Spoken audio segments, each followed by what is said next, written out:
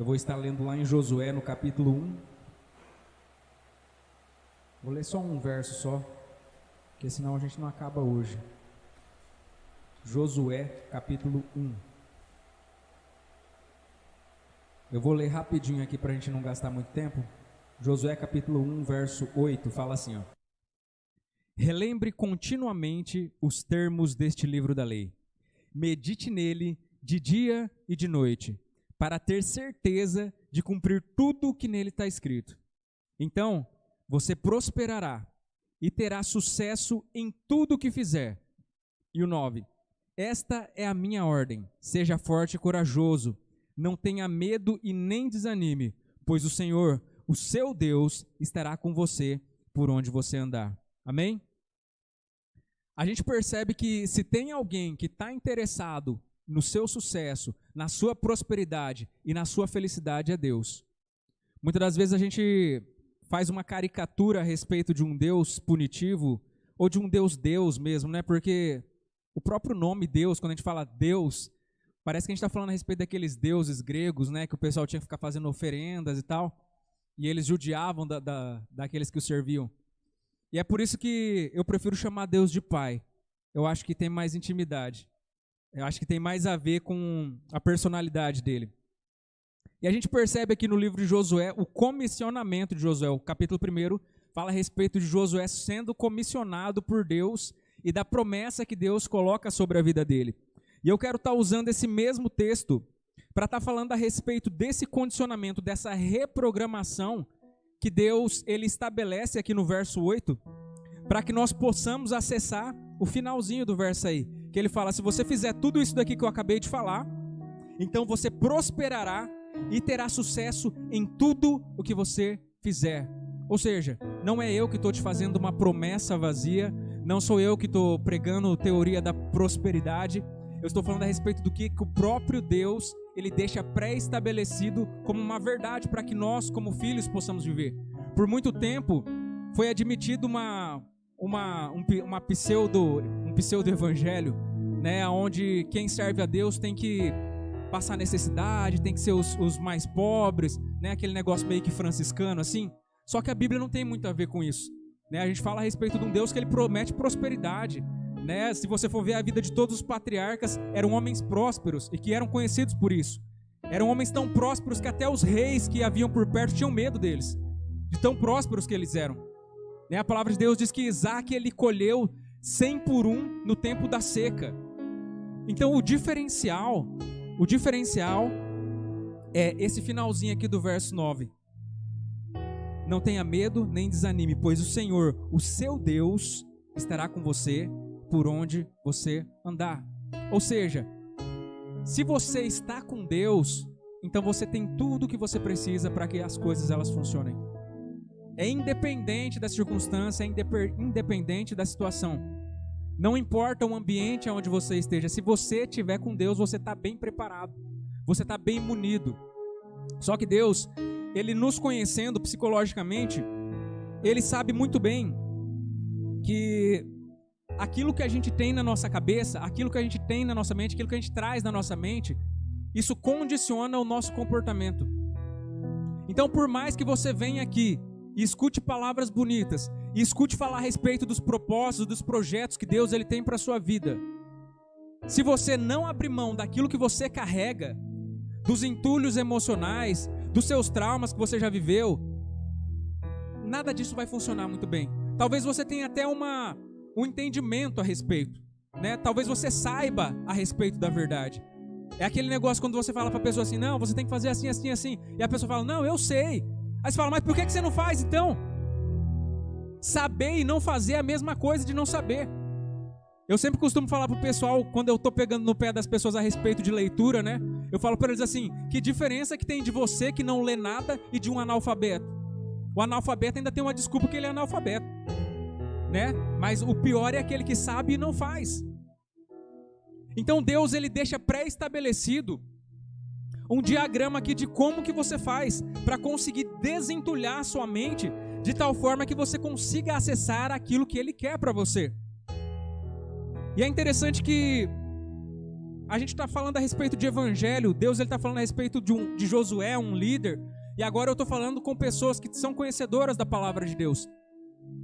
E eu não estou falando para você que você não é salvo, eu não estou falando que você não conhece a Deus, que o sangue de Jesus ele não te alcançou, mas eu estou falando que existem áreas da sua vida que você precisa ainda ser liberto, que você precisa abrir a porta para que ele possa entrar. Sabe, ele não vai chegar metendo o pé e falar, deixa eu tirar tudo daí de dentro na marra. Ele vai respeitar tudo aquilo que você quiser segurar. E ele vai falar, no tempo certo, eu espero que você abra a porta para que eu consiga fazer o que eu quero fazer com você. Porque até então, a gente simplesmente fica desfrutando daquilo que é superficial. Sabe, é muito legal a rede evangélica em si, a sociedade, né, a palavra de Deus, você vem aqui e ouve coisas boas, né, diferente daquilo que você ouve lá fora. Você só ouve falar de caos, ouve falar de crime, ouve falar de problemas de política, de corrupção. E aqui dentro você vem num ambiente onde você fala de paz, você fala de amor, você fala de vida, fala de prosperidade. Então tudo isso já é benéfico simplesmente pelo ciclo social que ele te traz. E tem muitas pessoas, e eu arrisco falar que a maioria delas vão morrer simplesmente nessa superficialidade, sem acessar tudo aquilo que Deus ele já tem preparado para nós. Porque elas não se dispõem a abrir a porta para deixar Deus fazer essa limpeza que é tão necessária. É interessante, eu falando a respeito disso, que na hora assim me veio à memória um filme que a gente assistiu alguns dias lá atrás, que é daquele livro A Cabana. E para quem não conhece, eu acredito que a maioria já deve ter assistido, mas para quem não conhece nem o filme nem o livro, ela conta a história, o filme ele conta a história de um personagem chamado Mackenzie.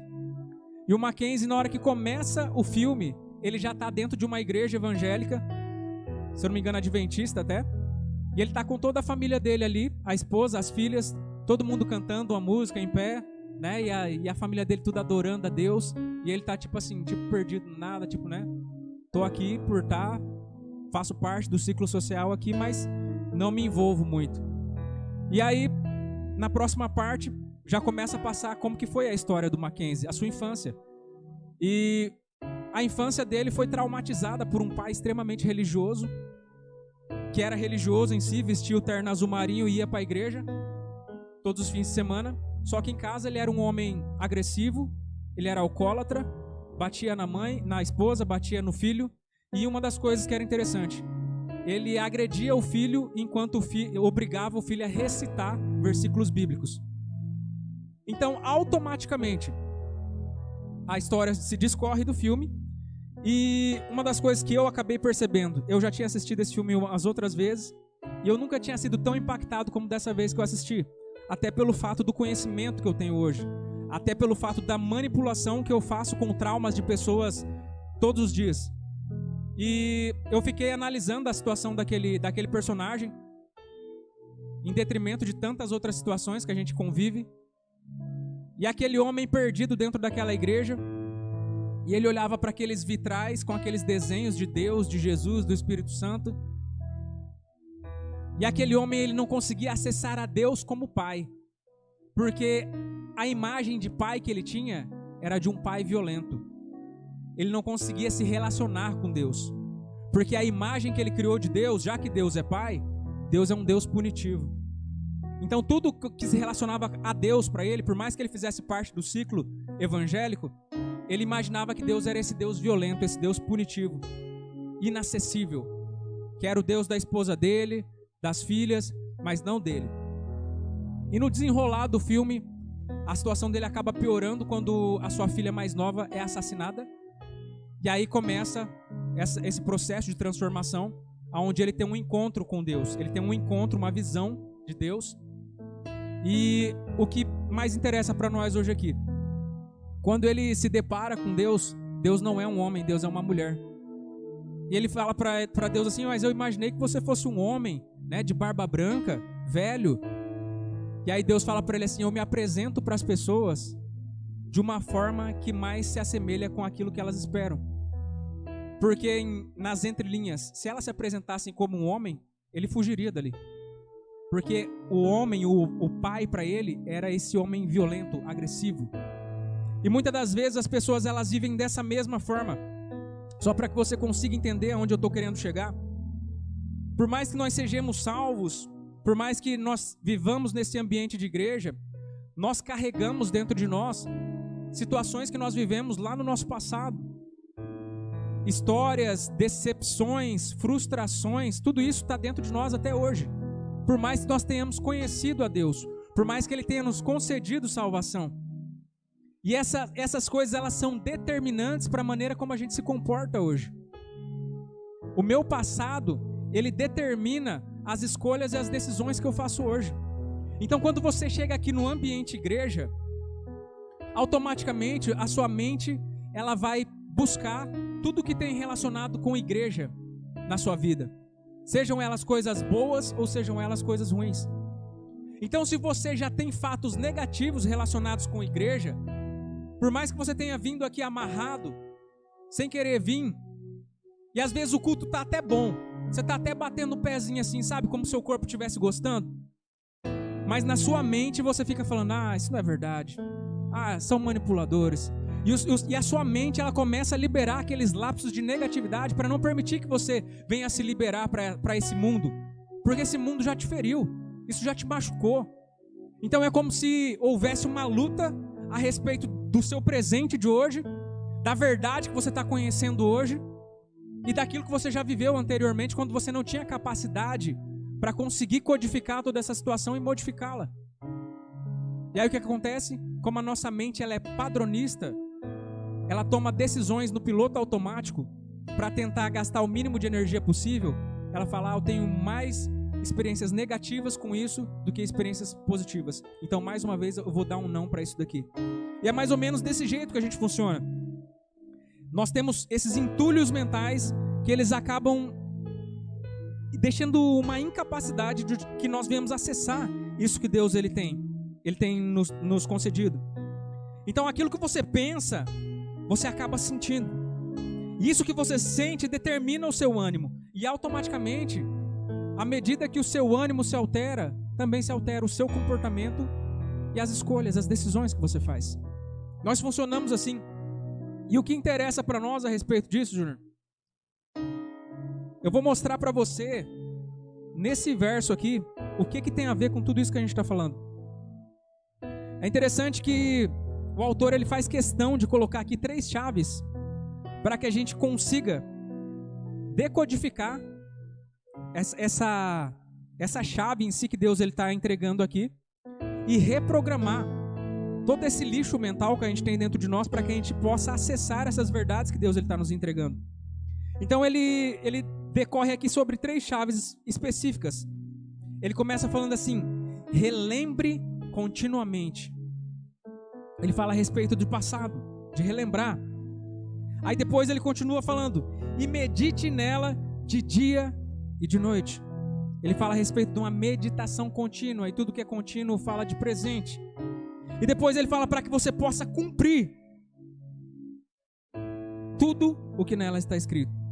E quando ele fala de cumprir, ele está falando a respeito de materializar tudo aquilo que você pensa em ações. Então são 3 chaves específicas que Deus ele coloca aqui. E se você ainda não conseguiu entender, se você ainda não teve o discernimento para conseguir a aplicação disso aqui, nós agora, nesse exato momento, nós estamos operando nesses mesmos 3 itens aqui. No presente, no passado e no futuro. Eu estou falando aqui com você a respeito de coisas do passado. Eu estou falando com você a respeito de um esboço que foi produzido que não é de hoje. Eu estou falando para você a respeito de informações que eu carrego muitas das vezes de alguns anos atrás, talvez da faculdade, talvez de experiências, talvez de testemunhos que eu já vivi ou convivi.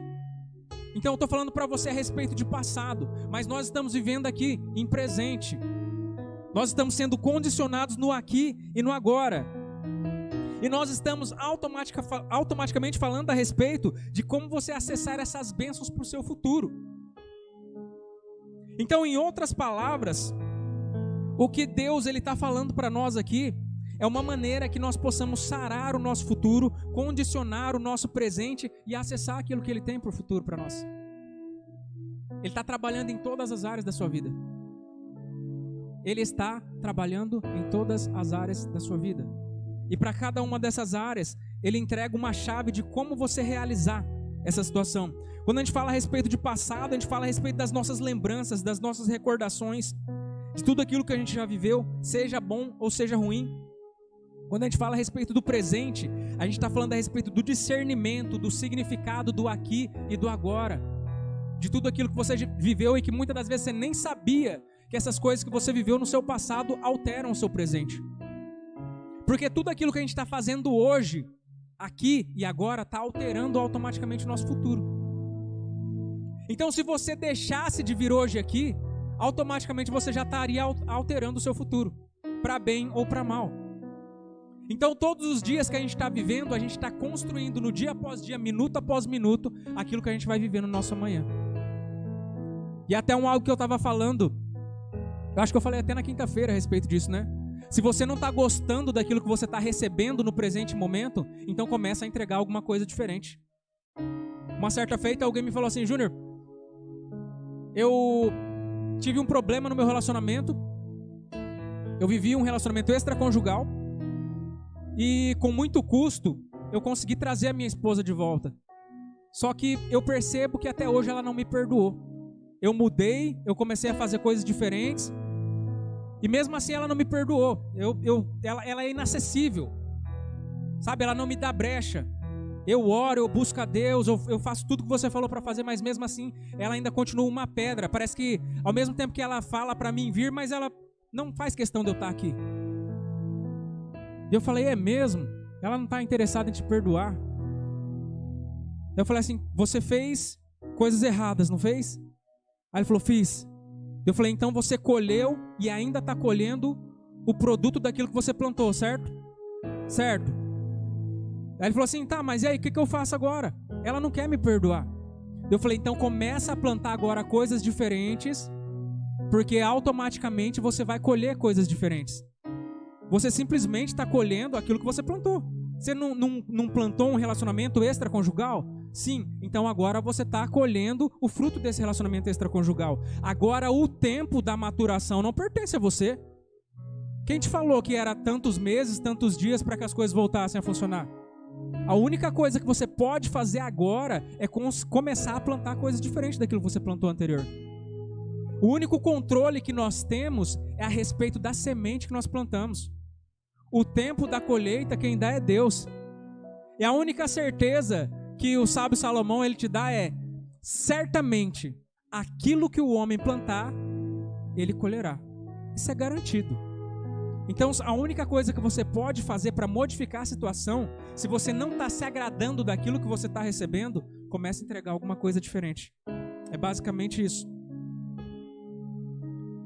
Lá em 2 Coríntios, no capítulo 10, no verso 5, Paulo vai falar assim: destruímos argumentos e toda pretensão que se levanta contra o conhecimento de Deus, e levamos cativo todo pensamento para torná-lo obediente a Cristo.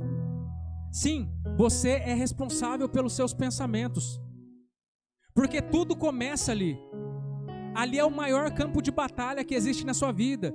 As pessoas acham que o campo de batalha é no seu trabalho, o campo de batalha é onde você é afrontado, é confrontado, mas o maior campo de batalha que existe é dentro da sua mente. Né? Naquele livro A Arte da Guerra, ele fala assim: se você já sai para a guerra pensando que você vai perder, então você já perdeu. Nem vai, porque você já perdeu no seu primeiro campo de batalha. É ali que você vence as suas guerras, na sua mente. Porque se eu permito que esses pensamentos eles continuem a ser alimentados por mim, automaticamente esses pensamentos eles são os ensaios do meu comportamento. Os meus pensamentos são um ensaio dos meus comportamentos. Tudo aquilo que você fala, por mais que seja da boca para fora, repetidas vezes, uma hora vai se tornar real. Uma hora vai se tornar real. Por mais que você fale: ah, Júnior, mas eu falava isso da boca para fora. Mas a sua palavra ela tem tanto poder quanto você não imagina. Quantas pessoas hoje elas vivem a consequência daquilo que elas pregam ou daquilo que elas falaram? por mais que fosse da boca para fora. Eu lembro até do testemunho de uma das mulheres que eu entrevistei agora por último. E ela falou para mim que quando ela estava vivendo uma situação de divórcio com o marido dela, ela estava grávida. E ela falou para ele assim, quando ele estava no hospital junto com ela. Ela chamou ele e ela falou que ela odiava ele de paixão, o marido dela. Ela odiava ele com todas as forças. E ela teve uma gravidez bem complicada. E ela sofrendo muito com aquela gravidez, ela já estava no parto ali. E ela chamou o marido dela e falou assim, olha, eu prefiro morrer do que ter outro filho seu. E o interessante é que depois, o casamento dela foi restaurado. Eles foram transformados. Eles se encontraram com Deus. E ela engravidou de novo. E ela falou que naquela gravidez, em cima da mesa de cirurgia, ela quase morreu. E ela apagou em cima da mesa de cirurgia. Ela teve uma eclâmpsia. E ela falou que ali no seu inconsciente, ela sem enxergar nada, ela só conseguia gritar para Deus, porque martelava na cabeça dela, ela falando que ela preferia morrer do que ter um filho daquele homem de novo. E ela estava tendo um filho agora. Ia morrer ela e a criança. E agora ela já era convertida, e ela começou a clamar a Deus ali, pedindo perdão a Deus por aquilo que ela tinha falado. E pedindo mais uma chance para Deus, que ela ia fazer agora tudo diferente. E Deus concedeu essa graça para essa mulher, tanto é que ela estava contando testemunho para mim. Então, isso é um de tantos casos que a gente conhece. De pessoas que falam o que não deviam e depois colhem o resultado das suas palavras. Então, o que Paulo está falando aqui é que antes que esses pensamentos se materializem na sua vida, leve-os cativo a Deus. Pegue esse pensamento e já repreenda-o. Comece a mudar a situação. Se você está enxergando coisas que muitas das vezes não existem, se você está falando que as pessoas estão falando de você coisas que muitas das vezes não são reais, não alimente isso. Comece a alimentar algo totalmente diferente. Comece a alimentar o quanto você é amado por Deus. Não se importe com o que as pessoas elas estão falando ou o que você acha que elas estão falando. Não se importe com a situação que você está passando em detrimento de determinada pessoa, porque às vezes nem é por causa dessa pessoa, mas você colocou na sua cabeça que é. Então não se mate por causa de outras pessoas. Leve perante Deus cativo todos os pensamentos que te afastam dele. Porque de uma forma ou de outra, quando você adquire uma raiz de amargura, aquela raiz é sua. Ah, Júnior, eu não consigo liberar perdão para aquela pessoa que me ofendeu. Deixa eu te contar um segredo. Às vezes aquela pessoa que te ofendeu, ela está vivendo a vida dela maravilhosamente, e a última coisa que ela imagina na vida dela é que você tem alguma coisa contra ela. E mesmo que saiba, não está afetando em nada. Mas quem está morrendo é você. Quem está sendo impedido por causa de tanto entulho que você está guardando dentro de você é você mesmo. Quem está com a vida travada, parada, bloqueada é você. Então no fim da história, a única pessoa que está sendo lesada é você e você mesmo. É você quem está contribuindo para isso, e é você que está levando a pior. Então, de uma forma inteligente, por mais que você não sinta vontade, por mais que você não veja a necessidade, libere esse negócio, pelo amor de Deus. Não importa aquilo que as pessoas elas estão falando, importa aquilo que Deus ele falou. Leva cativo todos esses pensamentos que têm te afastado de Deus. E quando a gente fala a respeito dessa carga, dessa mochila de pedras que a gente joga nas costas e sai carregando, tem muito a ver com a questão da maneira como a gente se alimenta. E do que a gente se alimenta.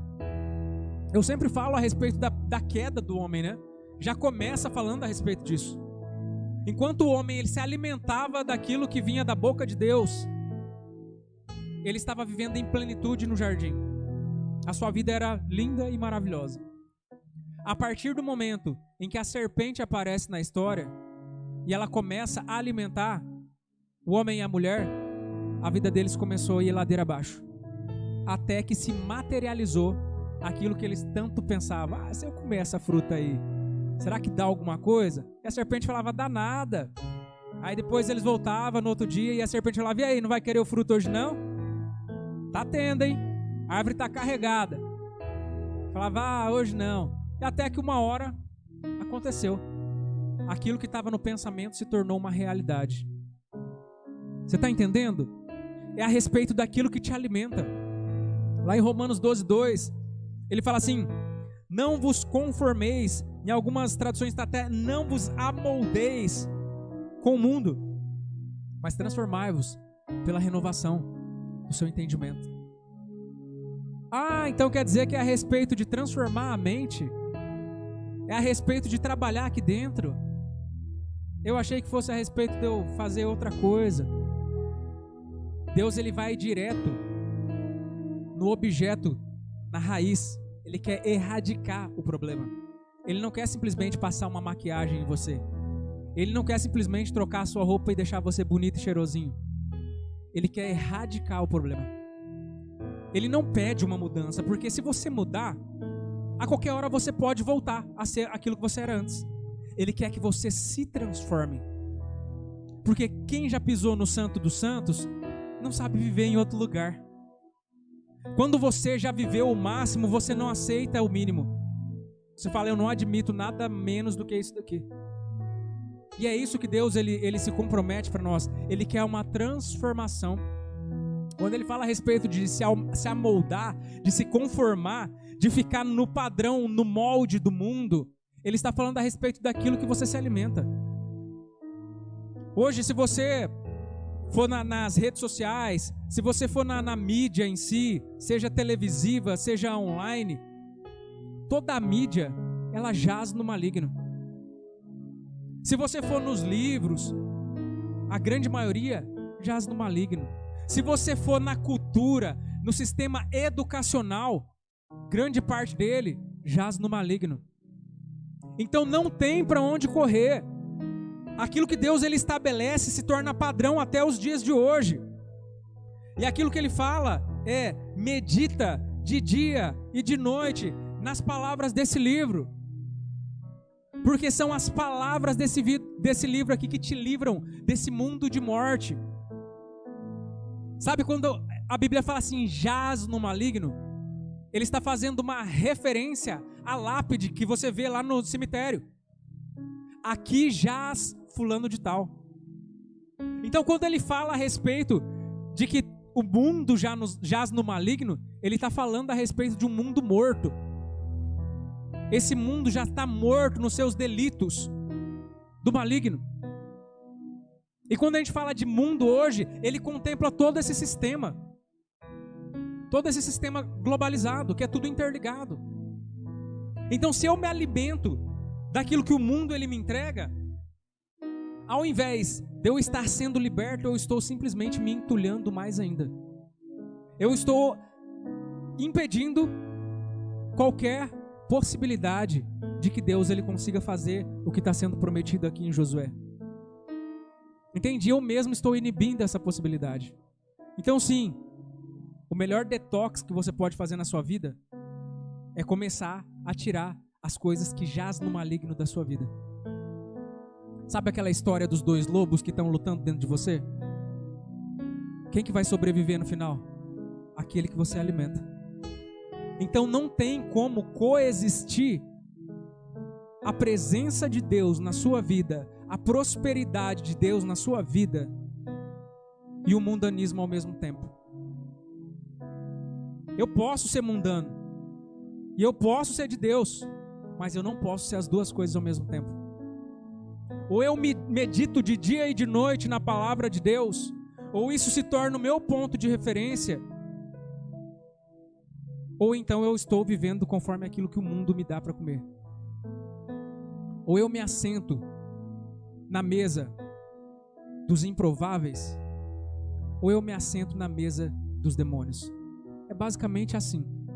Sabe, não tem muita escolha para você fazer. Não dá nem para se perder com relação a isso. Ou você vai por um ou você vai por outro.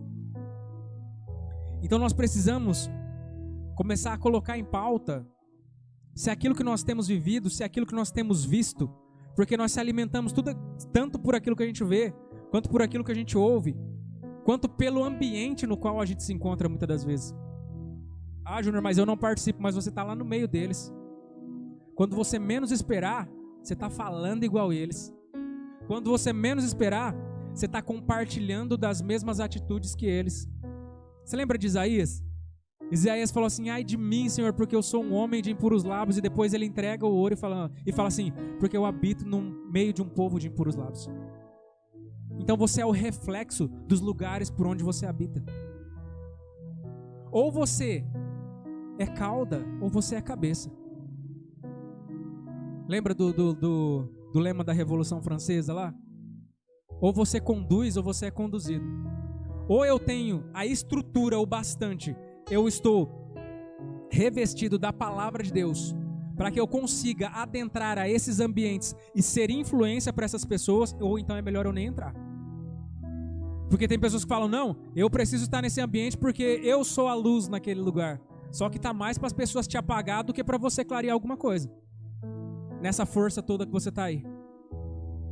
Então muitas das vezes, se eu não estou com a competência toda para isso, é melhor eu fugir do diabo. Porque eu vou resistir ao diabo só se eu estiver debaixo da graça de Deus. Aí ele foge de mim. Agora, se for o oposto, se eu não estou cheio da graça de Deus, da presença de Deus na minha vida, se eu não estou me alimentando daquilo que Deus está me entregando, então nem adianta eu ir. Fica no seu canto aí que você está protegido. Então nós precisamos tomar as nossas decisões, sair de cima do muro, fazer a interpretação do agora a respeito da maneira como nós temos vivido. Porque eu falo que eu tenho fé, mas o meu comportamento está de acordo com aquilo que eu falo? A maneira como eu vivo, o posicionamento que eu tomo, tem a ver com aquilo que eu estou pregando? Ou são só palavras vazias? Ou eu recito muito bem versículos, mas na hora de vivê-los aí é totalmente outra história? A palavra de Deus, o evangelho em si, ele é uma palavra de vida. Não é simplesmente uma igreja, não é uma religião, é uma forma de vida. Deus, ele quer afetar a sua vida. Deus, ele quer transformar a sua vida através da palavra dele. Se a palavra dele não está te confrontando, não está te transformando, então talvez a palavra não seja dele, ou talvez você não esteja liberando acesso. Porque ela tem que te confrontar. Ela tem que te modificar. E a própria Bíblia diz que a palavra ela não volta vazia. Ela tem que fazer alguma coisa em você. Então, quando nós começamos a andar nesses moldes de Deus, transformai-vos pela renovação do vosso entendimento, para que você possa experimentar a boa, perfeita e agradável vontade de Deus. Quando eu me coloco nesses moldes, nesse padrão divino, então aí eu estou liberado para que eu possa acessar a boa, perfeita e agradável vontade de Deus. E eu já cansei de falar para vocês que a vontade de Deus é muito melhor do que a nossa, né? Eu não preciso nem falar a respeito disso de novo. Quando eu consigo viver dessa forma, eu mudo a minha perspectiva. E agora já não é mais a respeito da maneira como eu enxergo as coisas, mas eu consigo enxergar pela perspectiva do próprio Deus. Quando eu começo a meditar na palavra de Deus, a me lembrar da palavra de Deus e fazer com que essa palavra ela saia da minha boca e se torne uma ferramenta nas minhas mãos, aí eu paro de olhar pela minha perspectiva de juiz que fica julgando tudo, que fica colocando nome em tudo, e começo a olhar pela perspectiva de Deus. Eu começo a ter discernimento das coisas. Eu começo a enxergar aquilo que até então eu não via. Eu vejo possibilidades, eu vejo oportunidades onde as pessoas estavam correndo longe dali. Por que você está correndo? Você não está vendo que tem uma porta aqui? Por que está todo mundo falando que não está dando certo, sendo que eu estou vendo aqui uma possibilidade exata de que vai dar certo? Porque você começa a olhar não mais pela perspectiva, não pelos números, não pelas adversidades, mas você começa a andar não por vista, mas por aquilo que Deus ele falou. Quando você vive por fé, Você vive mais por aquilo que você ouve do que por aquilo que você vê. Aquilo que você vê é assustador, mas aquilo que Deus ele te fala, Ele te coloca de uma forma tão confortável, tão em paz, que você faz sem medo. Essa é a perspectiva divina. Júnior, como é que eu faço para materializar essa palavra divina? Começa a colocar para fora. Começa a confessar a palavra de Deus em alta voz. Tem que ser em alta voz? Tem. Porque enquanto está só na sua mente, é só na sua mente. Mas a partir do momento em que a palavra ela foi lançada, não tem mais como ela voltar atrás. Tem duas coisas que não voltam: uma flecha lançada e a palavra que sai da boca do homem. O salmista vai falar. Então você precisa materializar. Ah, Júnior, mas eu não estou vendo acontecer. Mas você vai agir por fé. Começa a falar aquilo que a palavra de Deus fala a seu respeito. Por mais que você não sinta que você é amado por Ele, começa a falar em voz alta que você é amado por Ele. Quando você se sentir que você não é aceito, quando você se sentir que você está sendo humilhado, começa a declarar em alta voz que você é amado por Ele, que você é filho amado. Sabe, quando você vê que as coisas não estão dando certo, começa a agradecer a Deus como se já tivesse dado certo. Quando você perceber que o prejuízo está muito grande, começa a adorar a Deus pela prosperidade. Júnior, mas isso é loucura. Não, isso não é loucura, isso é fé. Há quanto tempo eu não falei para vocês aqui que eu começava a fazer isso? Quando eu chegava na empresa e via aquele salão enorme vazio, e eu falava, meu Deus, eu tenho duas oportunidades aqui. Ou eu começo a praguejar e piorar a minha situação, ou eu começo a agradecer a Deus e agir por fé e determinar que as coisas elas vão começar a acontecer. E hoje eu posso viver o fruto das minhas palavras. Hoje eu ando em cima daquilo que um dia foi simplesmente uma palavra lançada. Júnior, qual que foi o segredo? Como você conseguiu atingir essa situação? No meio de uma crise, no meio de uma pandemia, como que você conseguiu, enquanto as pessoas estavam correndo, fugindo da cidade, você começou a ter um crescimento? Como que você conseguiu isso? Qual foi a ferramenta que você usou? Eu comecei a andar em cima da palavra de Deus.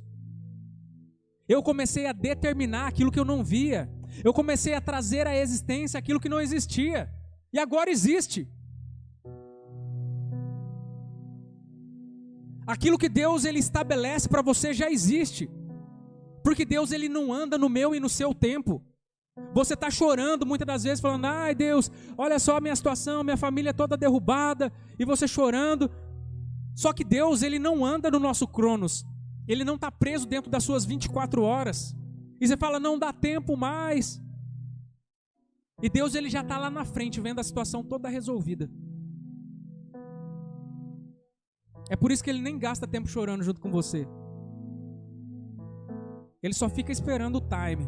Ele fala assim, agora ele vai cair na real. Agora ele vai cair na real. Agora ele vai cair na real. Até que uma hora ele acerta.